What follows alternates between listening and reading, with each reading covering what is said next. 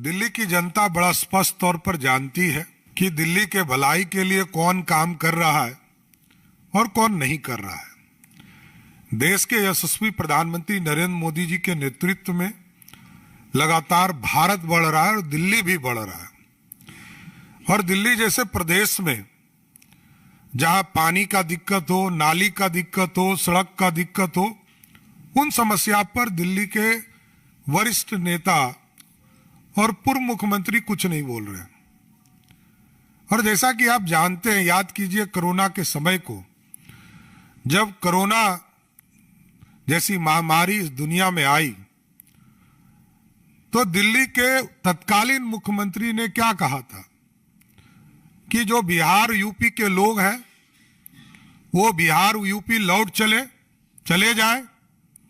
इलाज तक की व्यवस्था नहीं दिया और बसों में भरकर बिहार और यूपी जाने के लिए लोग मजबूर हुए। और आज लोग ये गलतफहमी फैलाने का प्रयास करते हैं कि पूर्वांचल के इशू पर रोहिंग्या और बांग्लादेशियों से जोड़ने का प्रयास किया जा रहा है, जबकि उनको पता होना चाहिए कि हमारे राष्ट्रीय अध्यक्ष जगत प्रकाश नड्डा जी बिहार की धरती पर ही उनका जन्म हुआ, पले पले हुए और आगे बढ़कर पूरी तरह इस देश की राजनीति में आए, हिमाचल से का प्रतिनिधित्व करते रहे और जिस बिहार में जन्मे हो उस पूर्वांचल के लोगों के विकास के लिए, उनके सम्मान के लिए, उनकी समृद्धि के लिए लगातार जेपी नड्डा जी काम करते रहे। लेकिन दिल्ली में जो इंडी गठबंधन के लोग हैं, ये ना विकास से इनको मतलब है, ना दिल्ली के समृद्धि से मतलब है, ना दिल्ली में लोग शिक्षित हो, रोजगार मिले, इससे कोई चिंता लेना देना नहीं है। इसलिए आज बड़ा स्पष्ट तौर पर मैं आग्रह करने आया हूं दिल्ली में रह रहे पूर्वांचल के लोगों से, इन लोगों से सावधान रहने की जरूरत है और इन लोगों को करारा जवाब देने का समय आ गया। 10 साल 12 साल से दिल्ली में सरकार बनाकर